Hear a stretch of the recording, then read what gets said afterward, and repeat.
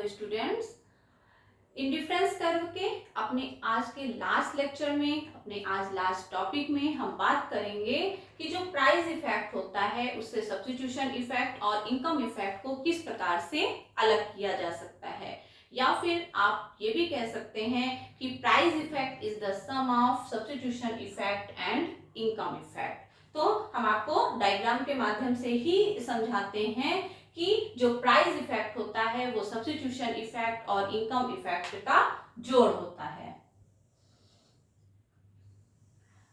हमने indifference curve के अपने प्रत्येक डायग्राम में एक्स अक्ष पे एक्स वस्तु को दिखाया है, कमोडिटी एक्स, और वाई अक्ष पे कमोडिटी वाई।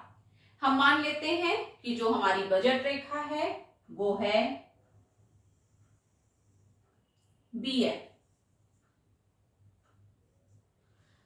बीएल रेखा को उदासीनता वक्र IC1 आर बिंदु पर स्पर्श कर रहा है, यानी जो आर बिंदु है वो इक्विलिब्रियम पॉइंट है।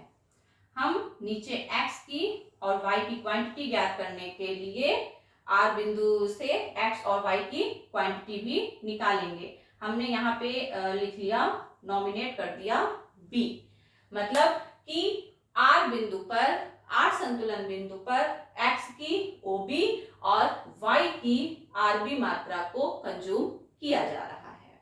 ठीक है, ये तो हमारा उपभोक्ता संतुलन का बिंदु हो गया है। अब हम मान लेते हैं कि जो x वस्तु है वो सस्ती हो रही है, तो जो हमारी बजट रेखा है, बीएल रेखा है, वो शिफ्ट हो जाएगी और पहुंच जाएगी BL1 पर, क्योंकि जो वस्तु सस्ती हो रही है उसकी क्वांटिटी बढ़ जाएगी, और क्योंकि y वस्तु की कीमतों में कोई अंतर नहीं है इसलिए B बिंदु स्थिर रहेगा। अब हम ये मान लेते हैं कि नई बजट रेखा BL1 पर एक नया इंडिफरेंस कर्व, एक ऊंचा इंडिफरेंस कर्व IC2 स्पर्श कर रहा है S बिंदु पर। हम अपना ये IC भी IC2 के समानांतर ही खींच देते हैं, IC1।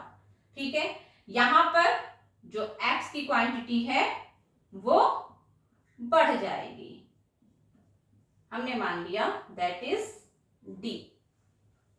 ठीक, R से S की ओर जो मूवमेंट हुआ है वो कीमतों में कमी के कारण हुआ है। तो जो R से S यानी कि जो दोनों साम्य बिंदु हैं इनको जो मिलाने वाली रेखा है दैट इज PCC। हमने जब आपको कीमत इफेक्ट बताया था तो वहां पे हमने डिटेल में इसके बारे में बात की है, आप फिर से उस वीडियो को देख सकते हैं तो आपको और स्पष्ट हो जाएगा। ठीक है, अब क्योंकि हमें प्राइस इफेक्ट से अलग करना है सब्स्टिट्यूशन इफेक्ट को, तो बिल्कुल वैसे ही जैसे हिग्स ने अपने सब्स्टिट्यूशन इफेक्ट में कहा था कि हम उपभोक्ता से उतनी जो उसकी बढ़ी हुई वास्तविक रह सकती है उसको वापस ले लेंगे ताकि उपभोक्ता IC1 पर रहने के लिए बाध्य हो जाए। तो हम एक नई काल्पनिक बजट रेखा BL1 के समानांतर नीचे की ओर इस प्रकार से खींचते हैं कि वो IC1 को किसी बिंदु पर स्पर्श करे।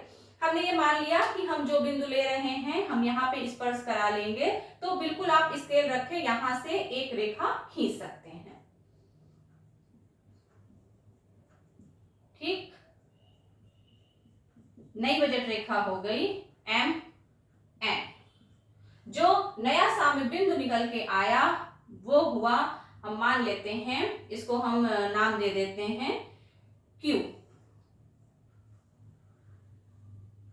ठीक है, अब आप Q से B, S और Y की क्वांटिटी देख लीजिए। हम ये मान लेते हैं कि ये हमारा, नीचे हम नाम दे देते हैं E, हमने कहीं पर नहीं लिखा है, हम E नाम दे देते हैं। ये जो X की क्वांटिटी बढ़ी है वो सब्स्टिट्यूशन इफेक्ट के कारण बढ़ी है, और जो Y की क्वांटिटी कम हुआ है वो सब्स्टिट्यूशन इफेक्ट के कारण है। क्योंकि X वस्तु सस्ती हुई है इसलिए उसकी मांगी जाने वाली मात्रा बढ़ गई है। क्योंकि कीमत और मांगी जाने वाली मात्रा में विपरीत संबंध होता है इसीलिए जो सब्स्टिट्यूशन इफेक्ट होता है वो सदैव ऋणात्मक होता है। ठीक है, इस बात को हमेशा याद रखिए कि जो सब्स्टिट्यूशन इफेक्ट होता है वो सदैव ऋणात्मक होता है। क्यों? क्योंकि मांग के नियम के अनुसार अगर कीमत घटेगी तो उसकी मांगी जाने वाली मात्रा बढ़ेगी, यानी कि दोनों में इनवर्स रिलेशनशिप है। और अगर कीमतें बढ़ेंगी तो मांगी जाने वाली मात्रा घट जाएगी, इसलिए जो सब्स्टिट्यूशन इफेक्ट होता है वो सदैव ऋणात्मक होता है। ठीक है, अब जो आर से क्यू की ओर मूवमेंट है वो सब्स्टिट्यूशन इफेक्ट के कारण है। ठीक, अब जो आय उपभोक्ता से वापस ली गई है, अगर वो आय उपभोक्ता को वापस दे दी जाए तो वो पुनः पहुंच जाएगा अपने एस बिंदु पे, एक ऊंचे उदासीनता वक्र पे। तो Q से S की ओर जो मूवमेंट होगा वो होगा इनकम इफेक्ट। अगर उपभोक्ता S से Q पे आया है वो इसीलिए तो आया है क्योंकि उसकी बढ़ी हुई आय वापस ले ली गई है। अगर ये आय उसको वापस दे दी जाए तो उपभोक्ता ये जो Q से S की ओर जाएगा ये इनकम इफेक्ट के कारण जाएगा। ठीक है, देखिए अब आप RS ये बराबर है RS यानी कि प्राइस इफेक्ट, R से S की ओर जो मूवमेंट है R to S, आप ऐसे देखिए इसको R to S that is price effect. ठीक, R से जो Q की ओर है मूवमेंट ये है सब्स्टिट्यूशन इफेक्ट।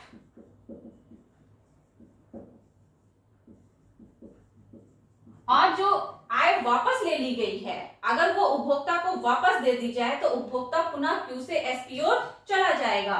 तो जो Q to S मूवमेंट है दैट इज इनकम इफेक्ट। ठीक, यही तो हम कह रहे हैं RS is the sum of RQ plus QS।